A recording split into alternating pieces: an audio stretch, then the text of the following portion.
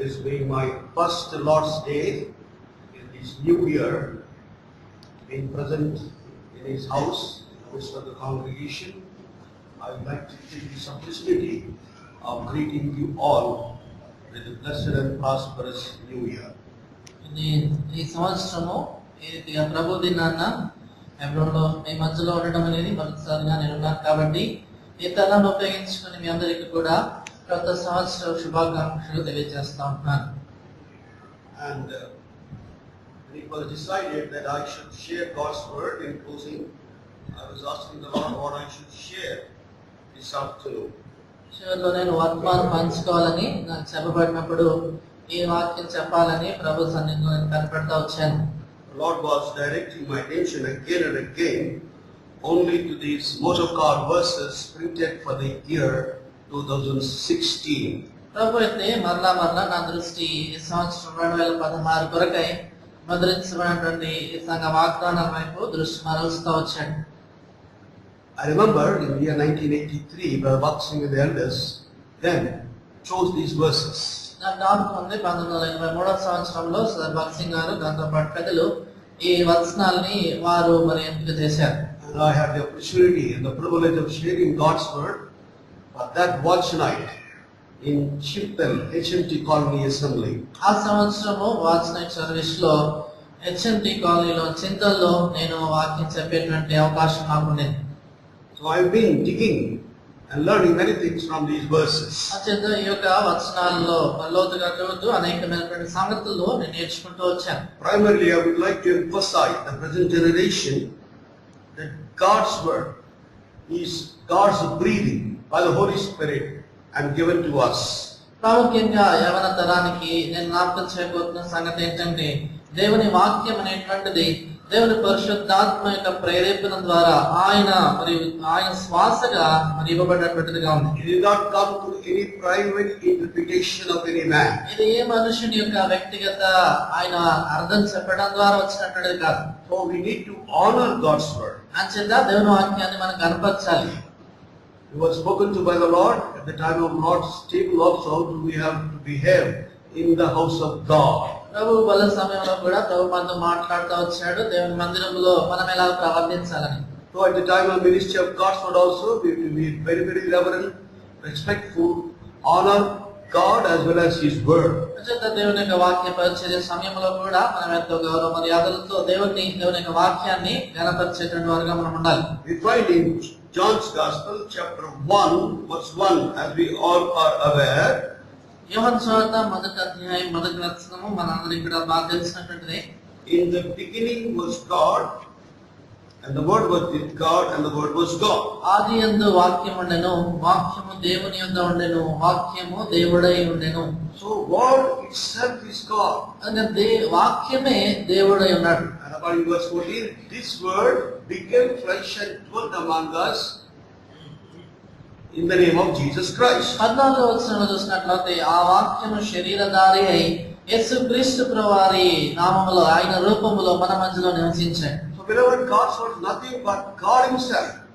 So we have to be very, very reverent when we read the word of God, expound the word of God, and listen to the word of God. అంచేత ప్రియులారా దేవుని వాక్యం వేరే కాదు కానీ దేవుని వాక్యం అంటే దేవుడే కాబట్టి దేవుని వాక్యం చదివే సమయంలో కావచ్చు లేక దేవుని యొక్క వాక్యాన్ని వివరించే సమయంలో దేవుని వాక్యం వినే సమయంలో ఎంతో భయభక్తులతో మనం వెలగాలి. Nothing in the person those who minister, they are only channels.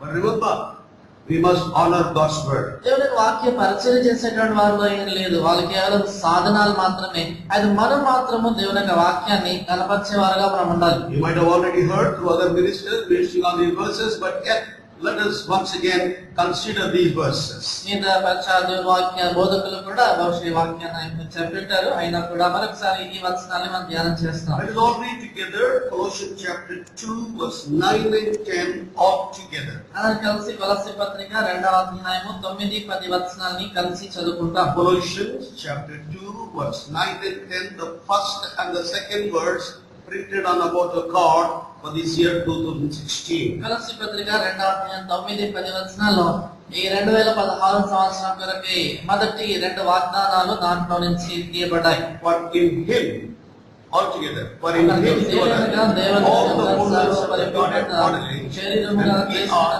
pleasing him, being upon principality and power. Then Philippians chapter 3. Philippi పత్రిక 3వ అధ్యాయం. In Telugu, the verse is in 18th verse. తెలుగులో అయితే 18వ వచనం. So therefore we shall read verse 18 and verse 19 as well. కనుకనే 18, 19 వచనాలు కలిసి చదువుకుంటాం. Ephesians chapter 3 verses 18 and 19. ఎఫెసీ పత్రిక 3వ అధ్యాయం 18, 19 వచనాలు. Maybe అనేకులు able to క్రీస్తు comprehend శత్రువులుగా all things, what is the breadth and length and depth and height, and to know the love of Christ with passeth knowledge, that he might be filled with all the fullness of God. May our loving and living God bless the reading of these verses for our meditation. మనం చదువుకున్నటువంటి వాక్య ధ్యానం కొరకే మన ప్రేమగల జీవన దేవుడు మనతో మాట్లాడాయన వాక్యాన్ని ఆశీర్వదించుగాక. Shall we look to the Lord in prayer for his guidance? ప్రభువు అడుగుదల కొరకే ప్రభు వైపు ప్రార్థనలో మనం చూస్తాం.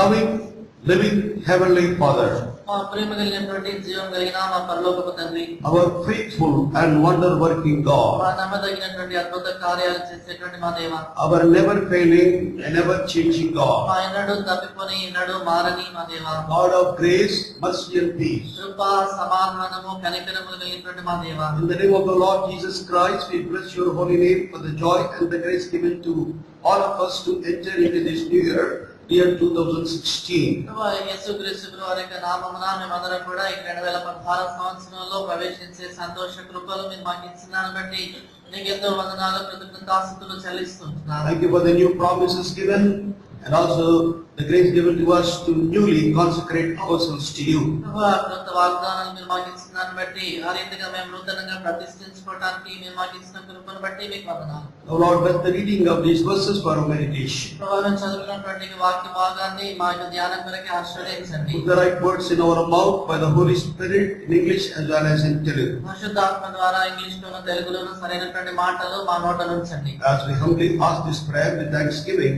in the name of our Lord and our Savior, Jesus Christ. మమ్మల్ని తగ్గించుకునొచ్చు కృతజ్ఞతాపూర్వకంగా మా ప్రభువును రక్షకుడైన యేసుక్రీస్తు వారి నామమున ప్రార్థిస్తున్నాం తండ్రి. Amen. The first two verses, as we have read, are taken from Colossians 2, verses 9 and 10. మనం చదువుకున్నట్లుగా మొదటి 2 వాగ్దానాలు ఫిలిప్పీ పత్రిక 2వ అధ్యాయం 9, 10 వచనాల్లో నుంచి తీసుకోబడ్డాయి. They are centered around the person of the Lord Jesus Christ. అవి యేసుక్రీస్తు ప్రభు చుట్టూ కేంద్రితమైనటువంటి వాగ్దానాలు. Verse 9 it says, for in him, that is the emphasis, in him, that is in Christ Jesus. 9వ వచనంలో క్రీస్తు నందు అనేటువంటి ఆ వచనము ఆ మాట ఎంతో నొక్కి చెప్పబడుతుంది. And in him is dwelleth all the fullness of the Godhead bodily. దేవత్వం యొక్క సర్వ పరిపూర్ణత శరీరముగా క్రీస్తు నందు నివసించుచున్నది. Now what made Paul the apostle primarily to write these words? సరే, ఏ కాలాన్ని బట్టి అపోస్తలుడైనటువంటి పౌలు ప్రాథమికంగా ఈ మాటలు రాశాడు? We should understand the background for which Paul had to write by the Holy Spirit. ఏ వెనక చరిత్ర ఆధారంగా అపోస్తలుడైనటువంటి పౌలు పరిశుద్ధాత్మ ప్రేరేపణ ద్వారా ఈ మాటలు రాశాడో అర్థం చేసుకోవాలి. The church at Colossae came under the wrong influence of wrong teachers and wrong preachers. కొలస్సీలో ఉన్నటువంటి సంఘము తప్పుడు బోధకులు, తప్పు వాక్యం చెప్పేటువంటి వారి యొక్క ప్రభావం కిందకి వచ్చింది. Throughout ages, Satan has been infesting God's people with wrong doctrines and wrong teaching. అనేకమైనటువంటి యుగాలుగా చూస్తున్నట్లయితే సాధారణుడు దేవుని యొక్క సంఘాన్ని తప్పుడు బోధల చేత మరి వక్రమైనటువంటి సిద్ధాంతాల చేత సాధారణుడు ప్రవేశపెట్టి పాడు చేయడానికి ప్రయత్నిస్తున్నాడు. Until unless we know the right doctrine, right teaching, we will go astray and we will be misled by the Satan. మనం సరైనటువంటి బోధ ఏంటో, సరైనటువంటి సిద్ధాంతం ఏంటో మనం తెలియకపోతే సాధారణ చేత దారి తొలగిపోయేవారుగా, పెడద్రోవ పెట్టబడేవారుగా మనం అవుతాం. Now the name of that wrong teaching is Gnosticism. ఈ తప్పుడు బోధ పేరు ఏంటంటే నాస్టిసిజం. That means it's a part of Judaic system giving a subordinate position to Jesus Christ. ఇది యూదా మతములో నుంచి వచ్చినటువంటి ఒక భాగంగా ఉంది. దాంట్లో యేసుక్రీస్తు ప్రభు వారికి ఆ తర్వాత స్థానాన్ని ఇచ్చేటువంటిది. The Bible declares about the Trojan God, God the Father, God the Son, and God the Holy Spirit. They are always three in one. They are indivisible and they are inseparable. ఇక్కడ బైబిల్లో చూసినట్లయితే దేవుడు అనగానే ముగ్గురుగా వారు వచ్చినారు. తండ్రి అయిన దేవుడు, కుమారుడైన దేవుడు, పరిశుద్ధాత్మ దేవుడు. వీరు ముగ్గురు కూడా విడదీయనటువంటి రీతిగా వారంతా కూడా కలిసి ఏకముగా ఉన్నవారు అని బైబిల్ చెప్తుంది. So but this doctrine tries to divide and give a second, a subordinate position to Jesus Christ. అయితే ఈ సిద్ధాంతం ఏం చేస్తుందంటే ఈ త్రిత్వాన్ని విడదీసి యేసుక్రీస్తు వారికి రెండవ స్థానాన్ని, తర్వాత స్థానాన్ని ఇచ్చేటువంటి ప్రయత్నం చేసింది. Secondly, this doctrine was also teaching to worship angels. అదే సమయంలో ఈ సిద్ధాంతంలో దేవదూతల్ని ఆరాధించాలి అని వాళ్ళు చెప్తా వచ్చారు. See verse 18, second chapter of Colossians and verse 18. చూడండి కొలస్సీ పత్రిక 2:18. Let no man beguile you of your reward in a voluntary humility and worshipping of angels. అతి వినయాసక్తుడై దేవదూత ఆరాధన యందు ఇచ్చ కలిగి తాను చూచిన వాటిని గురించి గొప్పగా చెప్పుకొనొచ్చు అనే మాట గమనించు. We do not worship angels. మనము దేవదూతలను ఆరాధించము. Angels are only ministering spirits. దేవదూతలు వారు కేవలం పరిచారకులైనటువంటి ఆత్మలు God has మాత్రమే. assigned angels to be our servants to safeguard us. దేవుడు దేవదూతల్ని ఎందుకు నియమించాడంటే మనను భద్రపరచడానికి వారిని పరిచారకులుగా ఉంచాడు. In the ages to come, in new creation, we are going to judge the angels. That's our privilege. అంటే మనం రాబోయేటువంటి ఆ యుగములో నూతన సృష్టిలో దేవదూతలకు మనం తీర్పు తీర్చబోతున్నాము. అది మన ఆధిక్యత. Though the angels are mighty, ఈ దేవదూతలు ఎంత బలమైన వారైనా, very shining, ఎంతో ప్రకాశమానమైన, they can do any task God assigns to them. దేవుడు వారికి అప్పగించినటువంటి ఏ పైన అయినా కూడా వారు వెంటనే In చేయగలిగినటువంటి a fraction of a moment, they can go anywhere, travel anywhere, accomplish anything. But God, ఒక క్షణపాటున వారు దేవుని కొరకే ఎంత దూరం ఉన్నా వెళ్ళి అక్కడే పని తిరిగి వచ్చేటువంటి వారు. but they cannot be worshipped. అయినా కూడా వారిని మనము ఆరాధించకూడదు. Thirdly, మూడవది, they were also teaching certain rudiments of the word. వారు కొన్ని లోక సంబంధమైనటువంటి మూల పాఠాలని, సిద్ధాంతాలు నేర్పిస్తూ వచ్చారు. Verse 20, same chapter, Colossians 2, verse 20. ఇదే కొలస్సీ పత్రిక 2:20 వచనంలో చూస్తాం. Therefore, if you be dead with Christ from the rudiments of the world, why as though living in the world are ye subject to ordinances, touch not, taste not, handle not.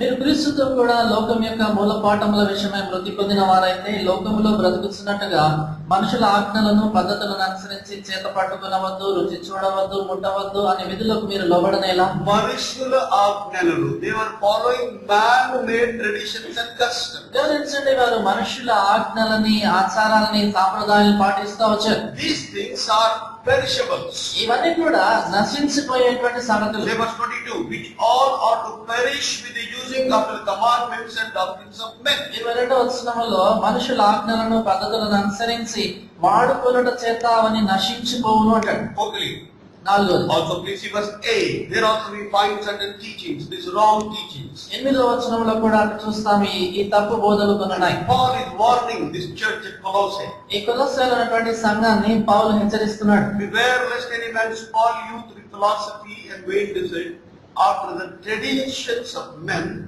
after the rudiments of the world, and not after Christ. ఆయనను అనుసరింపక మనుషుల పారంపర్యాచారం అనగా ఈ లోక సంబంధమైన మూల పాఠములను అనుసరించి మోసకరమైన నిరర్ధక తత్వజ్ఞానము చేత మిమ్మల్ని చెరపట్టుకుని పోవాడెవడైనా ఉండునేమో అని జాగ్రత్తగా ఉండుడి.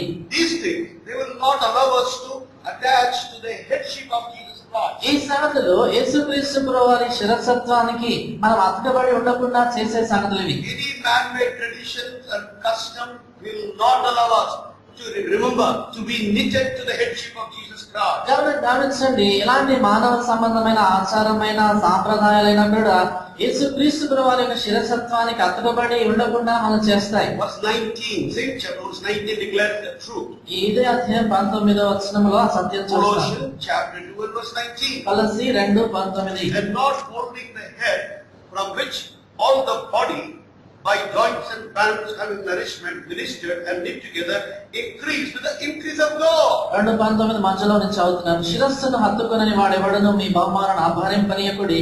ఆ శిరస్సు మూలముగా సర్వ శరీరము కీల చేతను నరముల చేతను పోషింపబడి అతకబడినదై దేవుని వలన కలుగు వృద్ధితో అభివృద్ధి పొందుచున్నది. So the body, that means the body of Jesus Christ, must be knitted to the headship of Jesus Christ. చూడండి, యేసుక్రీస్తు వారి యొక్క శరీరము ఆయన యొక్క శిరస్సుతో ఆయనతో అతుకబడి ఉండాలి. Then we receive instruction, we receive guidance, we receive nourishment. అప్పుడు మనం పోషణ పొందుతాము, హెచ్చరిక పొందుతాము, వృద్ధి పొందుతాము. We will be increased with the increase of God himself. దేవుని వలన కలుగు వృద్ధితోనే అభివృద్ధి చెందుతాం. So as a warning, Paul had written this epistle to the Colossians. అసలుగా హెచ్చరికగా అపోస్తలుడైన పౌలు కొలస్సీలకి ఈ పత్రిక ఆయన రాశాడు. Emphasizing the need to be knitted to the headship of Jesus Christ. క్రీస్తు వారి యొక్క శిరస్సత్వముతో అతకబడి ఉండాలి అనేటువంటి సత్యాన్ని నొక్కి చెప్తూ ఆయన రాశాడు. And beware of all such teachings of Gnosticism and all other teachings. చూడండి, ఇలాంటి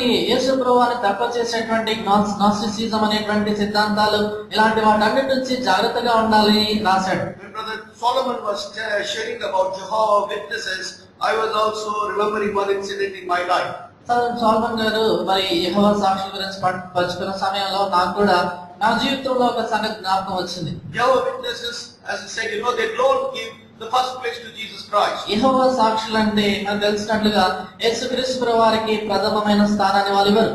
So in our Sunday school, Brother Muthanayakam one day taught us about the danger of the Jehovah's Witnesses. మా సండే స్కూల్లో మేము ఉన్నప్పుడు మహిమలో ఉన్నటువంటి దేవదాసుడు ముత్తునాయకం గారు ఈ యెహోవా సాక్షుల గురించిన ప్రమాదం ఏంటో చెప్పాడు. I was still a young Christian, just growing in the Lord. అప్పటికి నేను క్రొత్తగా జన్మించిన క్రైస్తవుని ప్రభువులో ఎదుగుతున్నాను. I was in my early 20s. నేను అప్పుడే 20 దాటి ఆ సంవత్సరాల్లో I was working at that time. ఆ సమయంలో నేను ఉద్యోగం చేస్తున్నాను. Also participating in youth ministry. ఆ తర్వాత యవనస్తుల పరిచర్యలో కూడా On పాల్గొంటున్నాను. Sunday morning when we were just getting ready to come out of the house to come to the house of God for worship, Jehovah's Witnesses came to my house. అయితే ఆదివారం ఉదయాన్న దేవుని మందిరానికి రావడానికి మునుపుగా అలా బయటికి వచ్చానో లేదో మా ఇంటికి యెహోవా సాక్షులు వచ్చారు. With their literature, with so much of love and concern to show. వారు వాళ్ళ దగ్గర ఉన్నటువంటి ఆ పత్రికలు వాంగ్మయము ఎంతో ప్రేమ ఆప్యాయత కనపరుస్తూ వచ్చారు. And I clearly read these verses which our Sunday school teacher has shown us. అయితే మా సండే స్కూల్ టీచర్ మాకు చూపించినటువంటి ఆ వచనాల్ని నేను స్పష్టంగా చదివి వినిపించాను వాళ్ళకి. Second John's epistle. యోహాను రాసిన రెండవ పత్రిక. Second John's epistle. యోహాను రాసిన రెండవ పత్రిక 9, 10 and 11. 9, 10, 11 Shall we వచనాలు all read together, please? అందరం కలిసి చదువుకుంటాం. Second John's epistle, verses 9, 10 and 11. యోహాను రాసిన రెండవ పత్రిక 9, 10, 11 వచనాలు. Whosoever క్రీస్తు బోధయందు నిలిచినక దాని విడిచి ఉన్నతసాగు ప్రతివాడును దేవుని అంగీకరింపనివాడు. ఆ బోధయందు నిలిచి ఉన్నవాడు దానిని కుమారుని అంగీకరించువాడు. If they come, ఎవరైనా నీ బోధను తీగ మీదకు వచ్చేలా వారిని చేర్చుకునేవాడు. శుభమని వారితో చెప్పనవద్దు. శుభమని వారితో చెప్పువాడు వాని దుష్ట క్రియల్లో పాల్పడను. So anyone who comes to you, if he doesn't bring both the Father and the Son, it says, do not receive him, do not even greet him. ఇక్కడ రాయబడింది ఏంటంటే తండ్రిని కుమారుని అంగీకరించకుండా ఇద్దరిని అంగీకరించకుండా మీ దగ్గరకు వచ్చేవాడు కనీసం వారికి శుభమని కూడా చెప్పకూడదు అని అంటున్నాడు. And if you bid him Godspeed, you are a partaker of his evil deeds. అంటాడు శుభమని వానితో చెప్పువాడు వాని దుష్ట క్రియలలో పాలివాడవుతాడు So the అంటాడు. Lord gave me the boldness to read these verses to them and send them away. దేవుడు నాకు ధైర్యం ఇచ్చాడు ఈ వచనాలు చదివి వాళ్ళకి చెప్పి వాళ్ళని Now పంపించేయడానికి. coming back to the Colossae. ఈ కొలస్సీ పత్రిక తిరిగి వచ్చినట్లయితే Now same type of Gnosticism, part of Judaism. చూడండి, ఈ నాస్టిసిజం అనేటువంటి సిద్ధాంతము యూద మతములో అదొక భాగం. Part of the Jehovah's Witnesses also. యెహోవా సాక్షులలో కూడా అది ఉంటుంది భాగం. Now, Paul is writing about the preeminence of Jesus Christ, about the headship of Jesus Christ in the epistle. చూడండి, ఈ పత్రికలో అపోస్తలుడైన పౌలు యేసుక్రీస్తు ప్రభువు యొక్క ప్రాధాన్యతను గురించి ఆయన శిరసత్వాన్ని గురించి రాస్తా When ఉంటున్నాడు. he wrote to the church in Ephesus, ఆయన ఎఫెసీలో ఉన్నటువంటి సంఘానికి రాసినప్పుడు the theme of that epistle is church, the body of Christ. ఆ పత్రిక యొక్క మూలాంశం ఏంటంటే సంఘము క్రీస్తు శరీరము. And when he wrote to the Colossians, అయితే ఇప్పుడు కొలస్సీలకు రాశాడు writing about the headship of Jesus Christ, Christ, the head of the body, the church. ఆ అక్కడ ఉన్నటువంటి మూలాంశమైన రాస్తే ఏం చెప్తాడంటే క్రీస్తు సంఘానికి శిరస్సు అయి ఉన్నాడు అనేటువంటి సంగతి. Colossians chapter 1, కొలస్సీ పత్రిక verse 18. 18వ వచనం. Christ is the head of the body, the church, who is the beginning, the firstborn from the dead. Then in all things he might have the preeminence. సంఘమును శరీరమునకు ఆయనే శిరస్సు, ఆయనకు అన్నిటిలో ప్రాముఖ్యము కలుగు నిమిత్తము ఆయన ఆది అయ్యుండి మృతుల్లో నుండి లేచుటలో ఆది సంభూతుడాయను.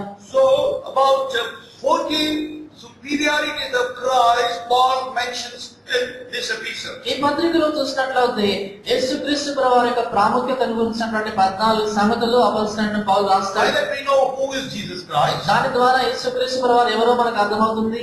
how he looks like, ఆయన ఎలా ఉంటాడో తెలుస్తుంది. his nature, his disposition, his glory, ఆయన యొక్క స్వభావము, ఆయన నైజము, ఆయన మహిమ his కనబడుతుంది. manifestation, ఆయన ప్రత్యక్షత, his power, ఆయన his work. ఆయన శక్తి, ఆయన క్రియలు.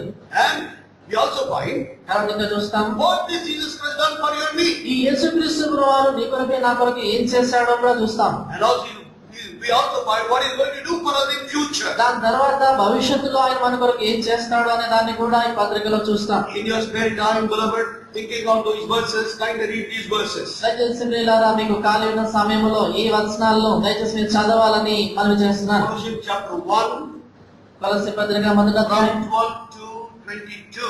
12 నుండి 22 వరకు. Colossians chapter 1, 12 to 22. కొలస్సీ పత్రిక మొదటి అధ్యాయం 12 నుండి 22 వరకు. And also Colossians chapter 2, తర్వాత కొలస్సీ పత్రిక 2వ అధ్యాయం from verse 9 to 15. 9 నుండి 15 వరకు. And also Colossians chapter 3 and verse 11. కొలస్సీ పత్రిక 3వ అధ్యాయం 11వ These వచనం. are the verses where we find who is Christ, how he looks like, and what he has done, and what he is going to do for us in future. ఈ వచనాల్లో క్రీస్తు ప్రభు ఎవరు, ఆయన మన కొరకు ఏం చేశాడు, దాని తర్వాత భవిష్యత్తులో ఏం చేయబోతున్నాడు అనే సంగతుల్ని మనం వీటిలో చూస్తాం. Now in that context, he is now mentioning in verse 9, ఈ సందర్భంలో ఆయన 9వ వచనం మాట్లాడు. the first verse printed on the mouth of God.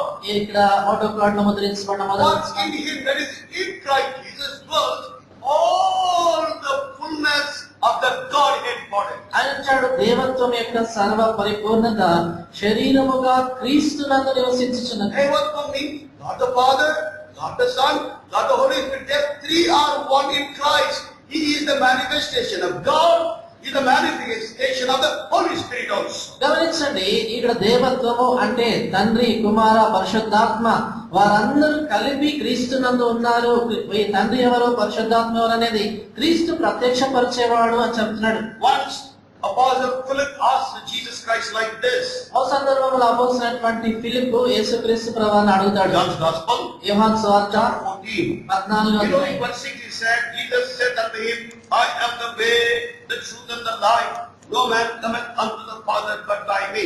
ఆయన యేసుప్రభువారు మొదట అంటాడు 6వ వచనంలో, యేసు నేనే మార్గమును సత్యమును జీవమును, నా ద్వారానే తప్ప ఎవడును తండ్రి యొద్దకు రాడు. Not one only, he is the medium, he is the channel of reaching the Father. చూడండి, నా ద్వారానే అంటే తండ్రి యొద్దకు వెళ్ళటానికి ఆయనే ఆ మాధ్యముగా లేకపోతే మార్గంగా ఉన్నాడు. Because God dwelleth in life and immortality which no man can approach unto. ఎందుకంటే దేవుడు సమీపించరాని తేజస్సులో అమరత్వం కలిగి ఆయన నివసిస్తున్నాడు He కాబట్టి. is so holy and so divine and so bright. ఆయన ఎంతో పరిశుద్ధుడు, ఎంతో దైవత్వం కలిగినటువంటి వాడుగా, ప్రకాశమానమైన వాడుగా ఉన్నాడు. But Jesus Christ, the Son of God, condescended into this world in order to declare his Father unto us. అయితే యేసుక్రీస్తు ప్రభువారు ఆయన ఈ లోకంలోకి దిగివచ్చి తగ్గించుకుని తండ్రి అయినటువంటి దేవుడు ఎవరో అని ఈ లోకానికి కనపరచడానికి, చూపించడానికి ఆయన వచ్చాడు. He is the medium.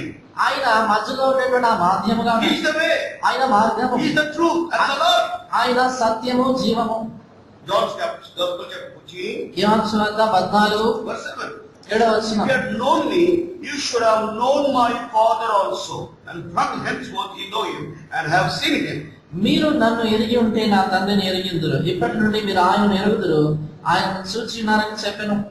If you have known me, you have known my Father, he says. ఆయన అంటాడు, మీరు నన్ను ఎరిగి ఉంటే నా తండ్రిని ఎరుగుదురు. Verse 8. 8వ వచనం. Philip said unto him, Lord, show us the Father, and it sufficeth us. అప్పుడు ఫిలిప్పు, ప్రభువా తండ్రిని మాకు కనపరచుము, మాకంతే చాలునని ఆయనతో చెప్పగా. In verse 9, Jesus said unto him, Have I been so long time with you, and yet hast thou not known me, Philip? He that hath seen me hath seen the Father. And how sayest thou, then show us the Father. 9వ వచనం, యేసు ఫిలిప్పు, నేను ఇంతకాలం మీ యొద్ద ఉండినను నీవు నన్ను ఎరగవా? నన్ను చూచినవాడు తండ్రిని చూచినాడు గనక తండ్రిని మాకు కనపరచమని ఎలా చెబుచున్నావు? Even as if we have seen the Father, now how is that you are asking me to show the Father? నన్ను చూచినవాడు తండ్రిని చూచినాడు కాబట్టి తండ్రిని చూపించమని మళ్ళా ఎలా So అడుగుతున్నావు? therefore, who is Jesus Christ? అంచేత యేసు క్రీస్తు ప్రభువు ఎవరు? Colossians 1. కొలస్సీ పత్రిక 1:15 వచనం. Who is the image? In other words, we put it believe Jesus Christ is the image of the invisible God. ఇక చూసినట్లయితే అక్కడ యేసు ప్రభువు యొక్క పేరు పెట్టి యేసు క్రీస్తు అదృశ్య దేవుని స్వరూపి అయి ఉన్నాడు. Because we cannot see him. ఎందుకంటే దేవుడిని మనం చూడలేం కాబట్టి. John's Gospel, యోహాను సువార్త chapter 1, మొదటి verse అధ్యాయం 18. John's Gospel, యోహాను chapter 1, మొదటి అధ్యాయం and verse 18. 18వ వచనం. No man had seen God at any time. The only begotten Son, which is in the bosom of the Father, he hath declared him. ఎవడును ఎప్పుడైనను దేవుని చూడలేదు, తండ్రి రొమ్ముననున్న అద్వితీయ కుమారుడే ఆయనను బయలుపరచెను. Begotten Son came to declare the Father. చూడండి, అద్వితీయ కుమారుడు ఆయనే తండ్రిని బయలుపరచడానికి వచ్చాడు. Hebrews chapter 1, హెబ్రీ పత్రిక మొదటి అధ్యాయం verse 3. 3వ వచనం. Here again we read about Jesus Christ, ఇక్కడ మరలా యేసు ప్రభువాని గురించి చదువుతాం. who being the brightness of his glory and the express image of his person. ఆయన దేవుని మహిమ యొక్క తేజస్సును, ఆయన తత్వము యొక్క మూర్తిమంతమునై ఉన్నాడు. Who is Jesus Christ? యేసు ప్రభువు ఎవరు? He is the brightness of the glory of God. ఆయన దేవుని మహిమ యొక్క తేజస్సు అయి And ఉన్నాడు. also the express image, that means replica in total of God. ఆయన తత్వము యొక్క మూర్తిమంతమునై ఉన్నాడంటే దేవుని యొక్క సంపూర్ణమైనటువంటి ఆయన ఎలాగున్నాడో దాని యొక్క ప్రతిబింబముగా ఆయన ఉన్నాడు. And in Palm side, Darjeeling, Nepal side, if you go, they call our photograph as Naksha. చూడండి, కాలింపాంగ్ గాని ఆయా ప్రాంతాలకు మీరు వెళ్ళినట్లయితే మనం తీసే ఫోటోలని వాళ్ళు నక్ష అంటారు. Naksha Avtaro, I would like that word very much. ఆ నక్ష అవుతారు అంటే ఆ మాట నాకు చాలా ఇష్టం. Naksha means that print, that's all. నక్ష అంటే ఆ ముద్ర అన్నమాట. But in the same way, Jesus Christ express image of God the Father. అదే రీతిగా యేసుక్రీస్తు ప్రభువారు తండ్రి అయినటువంటి దేవుని యొక్క ముద్రగా ఉన్నాడు. To nullify this wrong doctrine, ఈ తప్పుడు సిద్ధాంతాలన్నింటినీ కూడా రద్దు చేయడానికి Paul the Apostle is writing the right doctrine to the church at Colossae. పౌలు అపోస్తలుడు ఆయన కొలొస్సీలోని సంఘానికి సరైనటువంటి సిద్ధాంతము బోధ ఏంటో రాస్తున్నాడు. So beloved, for every disease, every wrong doctrine, every problem, Jesus Christ is the remedy. He is the antidote. He is the antibiotic. అత్యంత ప్రియులారా, ప్రతి వ్యాధికి అంటే ప్రతి తప్పుడు సిద్ధాంతానికి బోధకు కూడా విరుగుడు ఏంటంటే యేసుక్రీస్తు ప్రభువే విరుగుడు. Jesus Christ must be exalted. He must be given the preeminent place. Through that, we can overcome every barrier, every sickness, every trouble, every challenge of the enemy. చూడండి, యేసుక్రీస్తు ప్రభువుని మనం ఎప్పుడైతే అందరికంటే ఎక్కువగా హెచ్చిస్తామో, ఆయనకి ప్రప్రదమైనటువంటి స్థానం ఇస్తామో, అప్పుడు ప్రతి వ్యాధి తొలగిపోతుంది, ప్రతి సమస్య తీరిపోతుంది, ప్రతి విధమైనటువంటి శత్రు సంబంధమైనటువంటి కార్యాలు లయమైపోతాయి. The Satan which was at work in the Garden of Eden is still at work also in our midst, in Hebron and Hermon, everywhere. ఏదైనా వనములో పనిచేసినటువంటి సాతానుడు నేడు కూడా మరి హెబ్రోన్లో, హెర్మోన్లో, ప్రతి స్థలంలో కూడా పనిచేస్తున్నాడు. Though he is a defeated foe by the Lord Jesus Christ on the cross of Calvary, he is still walking his day. చటవాడు యేసుక్రీస్తు ప్రభువారు కల్వరిలో చేసినటువంటి కార్యం ద్వారా ఓడిపోయినటువంటి శత్రువు అయినా కూడా ఇంకా తన తోకాడిస్తున్నాడు. So that's why we must be careful about satanic teachings and satanic ways and means. అత్యంత సాతాను సంబంధమైనటువంటి మార్గాలు, సాతాను యొక్క బోధలు, వాళ్ళ యొక్క కార్యాల విషయమే జాగ్రత్తగా ఉండాలి. Until unless we know what is right, you cannot discern what is wrong. చూడండి, సరి అయింది ఏంటో మీకు తెలిసే తప్ప తప్పేంటో అనేది వివేచించలేదు. So we must think God's word, understand the truth of God's word, the real and the sound doctrine. అంచేత దేవుని యొక్క వాక్యాన్ని త్రవ్వి దాంట్లో ఉన్నటువంటి సత్యాన్ని, సరైనటువంటి సుబోధ ఏంటో అర్థం చేసుకోవాలి. 2 Corinthians 2 కొరింథీ chapter 11, 11వ అధ్యాయం verse 3. 3వ వచనం. 2 Corinthians chapter 11 and verse 3. 2 కొరింథీ 11 3వ వచనం. But I fear that by any means, as the serpent begot Eve through his subtlety, so your minds should be corrupted with the simplicity that is in Christ. సర్వము తన కుయుక్తి చేత హవ్వను మోసపరిచినట్లు మీ మనసులను చెరపబడి క్రీస్తు ఎడలనున్న సరళత నుండి, పవిత్రత నుండి ఎట్లైనను తొలగిపోనేమో అని భయపడుచున్నాను. What happened many centuries ago in the Garden of Eden? Paul the Apostle, while he was admonishing the church Corinth, he picks up their example and admonish in the church at Corinth. ఏదైనా వనంలో అనేక సంవత్సరాల క్రితం ఏ సంగతి అయితే జరిగిందో అపోస్తలుడైనటువంటి పౌలు కొలస్సీ సంఘాన్ని హెచ్చరించి రాస్తున్నప్పుడు ఆ ఉదాహరణ ఎత్తి ఆయన రాస్తా And ఉంటాడు. it's true of us also now. నేడు మన విషయం కూడా సత్యమే. We are in no way different. మనము ఏ విధానంలో వేరుగాలేం. Paul is saying, I fear that by him the serpent beguiled Eve through subtlety. So Satan is very subtle. In a subtle way he comes. అక్కడ ఆయన అంటాడు, పౌలు సర్పము తన కుయుక్తి చేత హవ్వను మోసపరిచినట్లు మీ మనుషులను చెరపుతాడేమో, అంత కుయుక్తితో వాడు వస్తాడని His చెప్తాడు. job is to corrupt. వాని పని ఏంటంటే చెరపటం. His job is to infest God's people with evil. చూడండి, వాని పని ఏంటంటే దేవుని ప్రజల మధ్యలో కీడును నాటడం. From what? From simplicity that is in Christ. దేని నుంచి తొలగింపు చేస్తాడంటే క్రీస్తు నందున్న సరళత నుండి తొలగింపు చేస్తాడు. Simplicity, of course, may be dress and eating. It should not be gorgeous, too rich and too showy.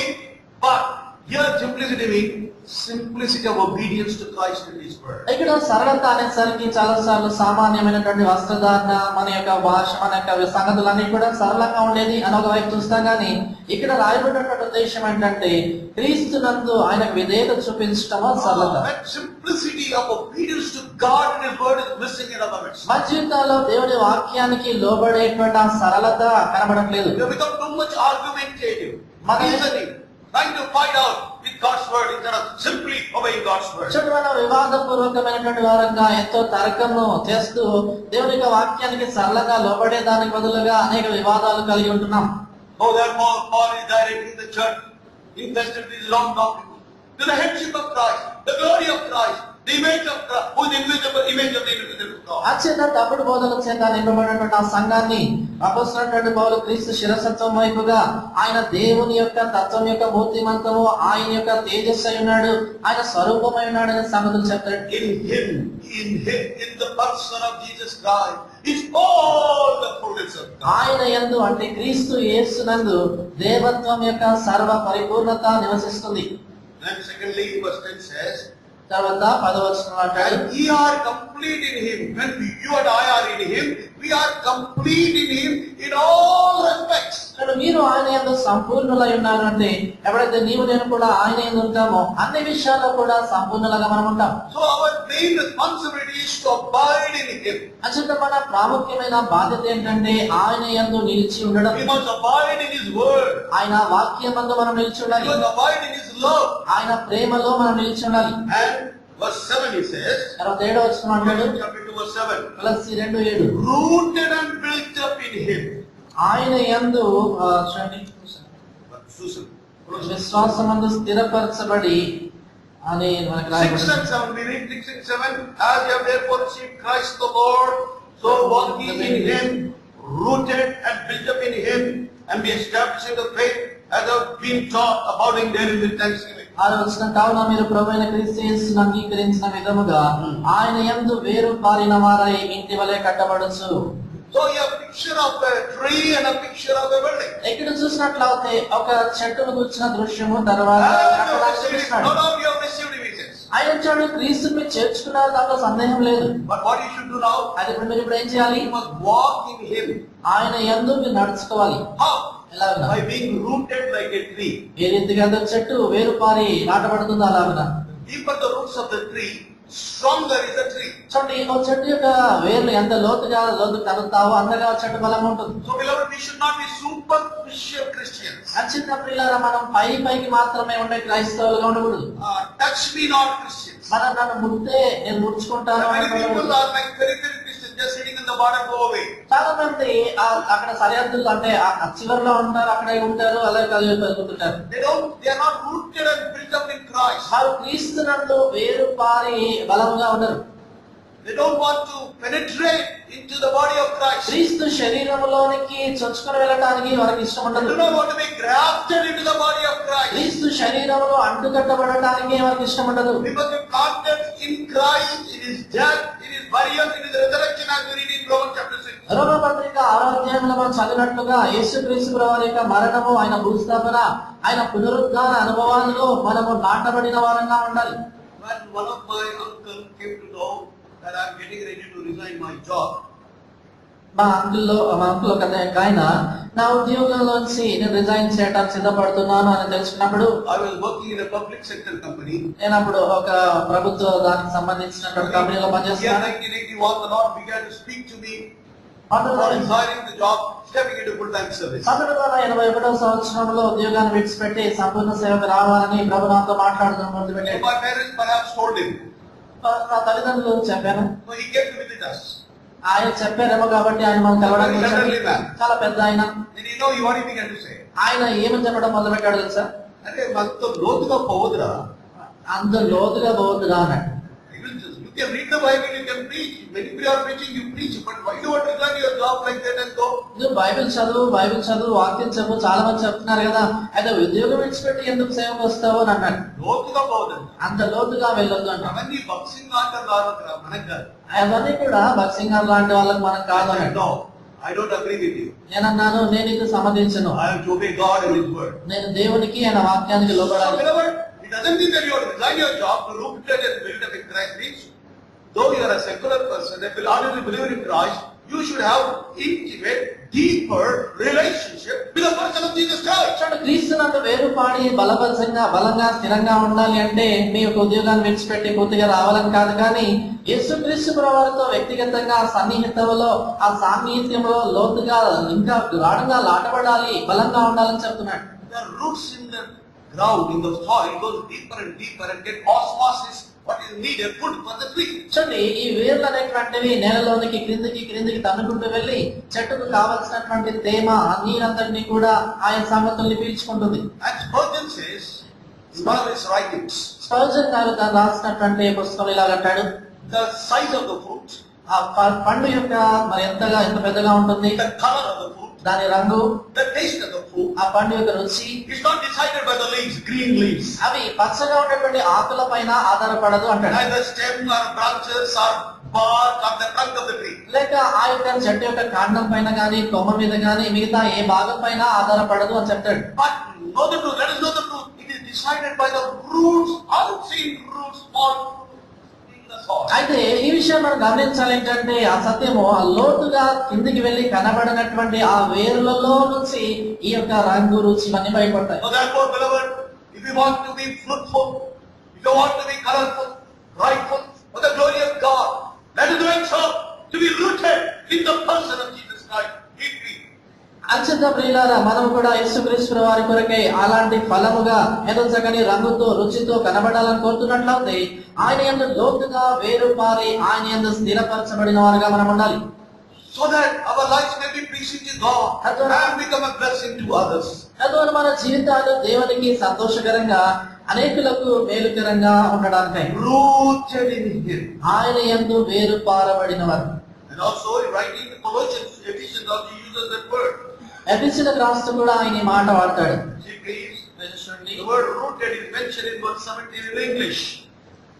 17వ వచనములో మన ఇంగ్లీష్ లో రాయబడింది. Ephesians chapter 3 verse 17, that Christ may dwell in your hearts by faith, and ye being rooted and grounded in love. చూడండి, 3:15 మీరు అంతరంగ పురుషుని యందు శక్తి కలిగి ఆయన ఆత్మ వలన బలపరచబడినట్లు మీరు దేవుని చివరిలో చూడండి, ప్రేమ యందు వేరుపారి స్థిరపడి. Prema, you must be rooted and grounded in the love of God. దేవుని ప్రేమ యందు మీరు వేరుపారి స్థిరపడాలి. So let us not be superficial Christians. అంచేత పైకి మాత్రమే ఉండే క్రైస్తవులుగా మనం ఉండకూడదు. Let us be deep rooted Christians. మనం ఎంతో లోతుగా వేరుపారిన క్రైస్తవులుగా ఉన్నాం. Receiving real sap of eternal life, the sap of the very life of Jesus Christ. ఆ నిత్య జీవం యొక్క ఆ సారాన్ని, యేసుక్రీస్తు ప్రభువారిలో ఉన్నటువంటి ఆ సారాన్ని మనం పొందేటువంటి వారుగా ఉండాలి. Because in Him dwelleth all the fullness of God. అయితే క్రీస్తు నందు దేవత్వం యొక్క సర్వ పరిపూర్ణత నివసిస్తుంది. And in Him, when we are in Him, we are complete in all respect. తర్వాత మనము ఆయన యందున్నప్పుడు అన్ని విషయాల్లో కూడా మనము సంపూర్ణమై ఉన్నాం. God never wants us to be half-baked people. చూడండి, ప్రభు ఇప్పుడు కూడా మనం సగము కాలినటువంటి రొట్టె వలె ఉండాలని కోరట్లేదు, Not partial Christians. లేకపోతే పాక్షికంగా ఉండాలని Not కోరట్లేదు. like Laodiceans, lukewarm. ఈ లవదీకీయ సంఘం వలె నులివెచ్చనగా ఉండడం ఇష్టం లేదు. He wants us to look on warm, but not be cold and hot, but not lukewarm. ఆయన వెచ్చగానే ఉండాలి, చల్లగానే ఉండాలి అంటాడు కానీ నులివెచ్చగా ఉండడం ఆయనకి ఇష్టం లేదు అంటాడు. We are complete in Him. ఆయన అంటాడు మీరు ఆయన యందు సంపూర్ణులై ఉన్నారు.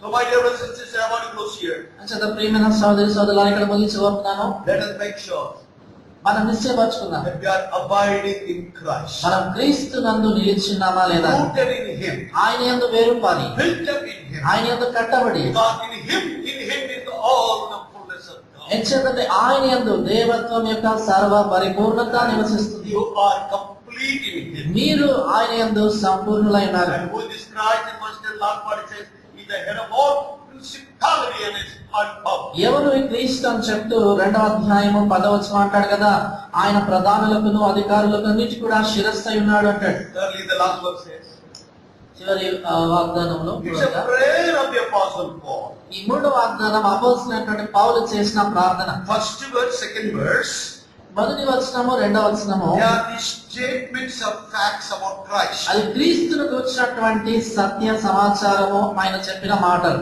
And the third verse 3వ వచనము is the prayer of this great Apostle Paul for the church at Ephesus. ఎఫెసీ సంఘములో ఉన్నటువంటి సంఘం కొరకే ఈ గొప్ప అపోస్తలుడైన పౌలు చేసిన ప్రార్థన, That ye might be filled with all the fullness of God. మీరు క్రీస్తు సంపూర్ణత చేత సర్వ సంపూర్ణత చేత నింపబడినట్లు. The desire of God that His church, His body, may be filled with all the fullness of God. దేవుని యొక్క ఆశ ఏంటంటే ఆయన శరీరము దేవుని సంపూర్ణత యందు పూర్ణులగాలి అవ్వాలని కోరుతున్నాడు. So we should be such a receptacle, such a vessel where fullness of God was. చూడండి, అంచేత మనం ఎలాంటి పాత్రగా ఉండాలంటే దేవుని సంపూర్ణత నివసించే పాత్రగా మనం ఉండాలి. So from verse 14 onwards, అంచేత 14వ వచనం నుండి Ephesians chapter 3, Ephesus- from 14 to 21 is the prayer of the Apostle Paul for the church at Ephesus. ఎఫెసీ పత్రిక 3వ అధ్యాయం 14 నుండి 21 వచనాలు ఎఫెసీ సంఘం కొరకే అపోస్తలుడైనటువంటి పౌలు చేసే ప్రార్థన. And that last part of the verse 19, is the part of the prayer for the church at Ephesus. కాబట్టి ఈ యొక్క 18వ వచనం మన తెలుగులో మధ్య భాగము ఆయన చేసినటువంటి ప్రార్థనలో ఒక భాగం. That he might be filled with all the fullness of God. మీరు దేవుని సంపూర్ణత యందు And పూర్ణులగునట్లు. that fullness is in Christ. ఆ సంపూర్ణత క్రీస్తునందుంది. We are knitted to Him. ఎప్పుడైతే మనం ఆయన అక్కబడి ఉంటామో That fullness is received into our life. మన జీవితాల్లోనికి ఆ సంపూర్ణత అనేది వస్తుంది.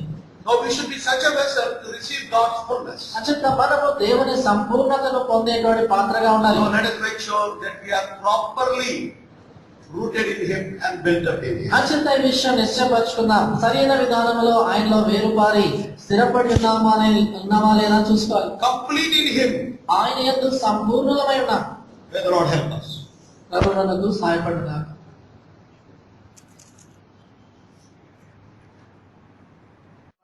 మా సమయంలో దేవుని పిల్లలైనటువంటి వారు ఆయనకి కానుకలు అర్పించేటువంటి ఆధిక్యత కలిగి ఉంటారు. After that, final prayer is there, benediction and great patience. తర్వాత చివరి ప్రార్థన ఆశీర్వాదం వరకు కూడా ఒకటితో కనిపెట్టుకొని ఉండండి.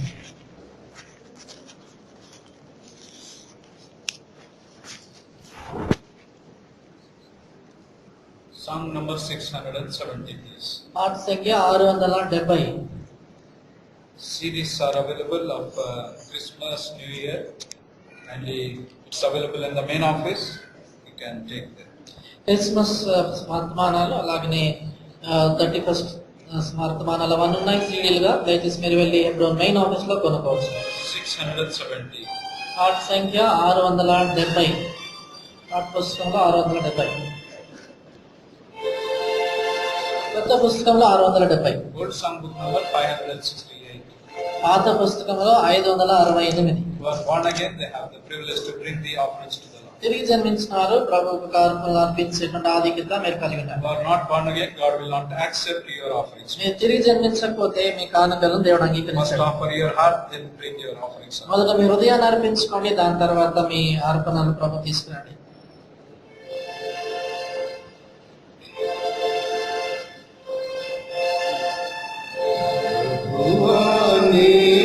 పరిపూర్ణత నుండి పొందితిమి కృపనే బడి కృపను వారి పరిపూర్ణత నుండి పొందితిమి కృపనే బడి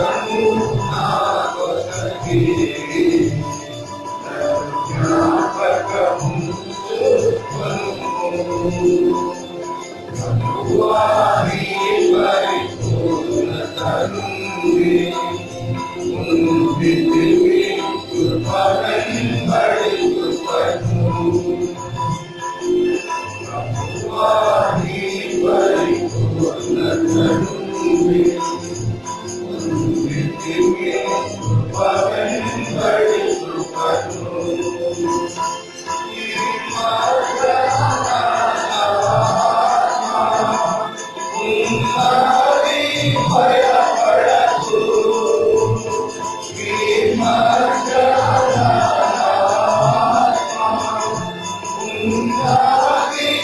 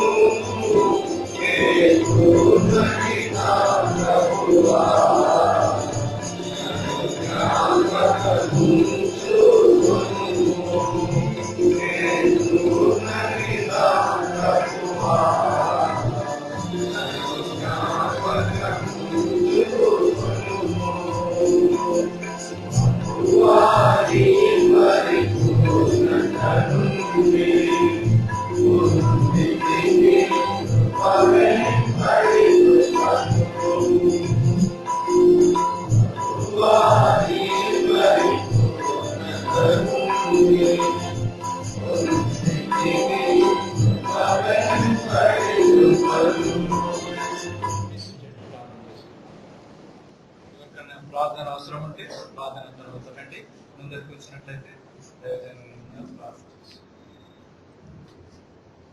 ప్రేమగల పరలోక తండ్రి, ప్రియమైన మా దేవ, మీ ప్రియకుమారుడు, మా ప్రియ ప్రభు, మా ప్రియ రక్షకుడు, మా విమోచకుడైన యేసుక్రీస్తు వారి శ్రేష్టమైన దివ్యమైన నామంలో మీ పరిశుద్ధ పాదములకు స్తోత్రం చెల్లించుకుంటున్నాం. దైవ తండ్రి, మా ప్రభు యొక్క పునరుద్ధానంలో మీరు మమ్మల్ని ప్రవేశించేసి ప్రభు నీ యొక్క సన్నిధిలో ఉన్న సంపూర్ణమైన సంతోషాన్ని అనుభవించుకుంటూ నీ బల చుట్టూ మమ్మల్ని ఒరే ముఖంగా మమ్మల్ని సమర్పించినట్టు దైవ తండ్రి, వచ్చిన పరిశుద్ధులందరిని బట్టి మీ బుధనాలు ఇంకా కొంతమంది రక్షణ లేకుండా నా బిడ్డలు కొంతమంది ఆసక్తితో వచ్చారు ప్రభావ. ఆ బిడ్డలకు మీ రక్షణ దయచేయండి ప్రభావ. ఈ రాత్రి పండుగ ముందుకు వారు ఈ సంతోషాన్ని, ఈ సంపూర్ణమైన సంతోషాన్ని, ఈ యొక్క సర్వ సంపూర్ణతను ప్రభావ వారు ఎరుగుతూ ప్రభావ నీ యొక్క వెలుగును వారు ప్రసాదం చేసుకోలేదు విధేయించుకుంటూ దయచేయండి. వారు రక్షించబడి వారు కూడా నీ ఆవరణలో ప్రవేశించి నా సంతోషాన్ని అనుభవిస్తూ నీ దేవులకు పాత్రలు కావాలని సహాయం చేయండి. పరిశుద్ధులు నీటిని ప్రేమించి ప్రభావ నీటికి తీసుకొచ్చిన ఈ కానుకలు బట్టి మెచ్చిపోతున్నాం ప్రభావ. వారికి మిగిలిన భాగాన్ని రెట్టింపుగా మీరు ఆస్వాదించుకుంటారు. వారి అవసరాలు అక్కలు వారి కుటుంబంలో మీరు తీర్చి మీరు మహిమ పొందవలసిన పెట్టుకుంటున్నాను. దేవుడు ఈ కానుకలు మా ప్రభావ నాయన ఏంటి నాయన మా ప్రభావ సమృద్ధి తెలుసు నీటిలో ఆపండి అక్కలను తీర్చబడుతుంది. నీ మహిమలకు స్వార్థ నాయన సర్వలోకంలో సాధించబడుతూ ఈ కానుకలు విలువగా వాడబట్టుకు సహాయం చేయండి. వచ్చి నీ బిడ్డలందరూ కూడా దీవించి ఆశ్రయించు. నీ సంతోషంతో నీ దివ్యలతో వారు పంపించు. తిరిగి సంతోషంగా నేటికి వారు తిరిగి వచ్చే వరకు కూడా నీ దగ్గర సన్నిధితో వారు నడిపించు. వారికి ఇచ్చిన వ్యక్తిగత వాగ్దానములు, కుటుంబ వాగ్దానాలు, సంఘ వాగ్దానము నాయన వారి పక్షంగా మా అందరి పక్షులు కూడా మీరు దీవించి ఆశ్రయించండి. నీ దాయకు నీ కృపకు నీ ప్రేమకు నీ బిడ్డను అప్పగించుకోవచ్చు. మహిమా ఘనత ప్రభావములు నీకు ఆరోపించుకోవచ్చు. మానవితమై మమ్మల్ని తీసుకెళ్ళదు మహామహిమను తిరిగి రానైనా యేసుక్రీస్తు వారికి శ్రేష్టమైన దివ్యమైన నామమును ప్రార్థించి స్తుతించి వేడుకుంటున్నాము తండ్రి. మన తండ్రి అయిన దేవుని యొక్క ప్రేమయు మన ప్రభువైన యేసుక్రీస్తు వారికి కృపయు పరిశుద్ధాత్మ దేవునికి అన్యోన్య సహవాసము మనందరికీ సార్వత్రిక సకల పరిశుద్ధులకు ఇప్పుడు ఎల్లప్పుడూ యుగను పూర్వం సరళను తోడైనగాక. ఆమేన్. కృపా సత్య సంపీత పంచునా స్వరూపా కృపా సత్య సంపీత పంచునా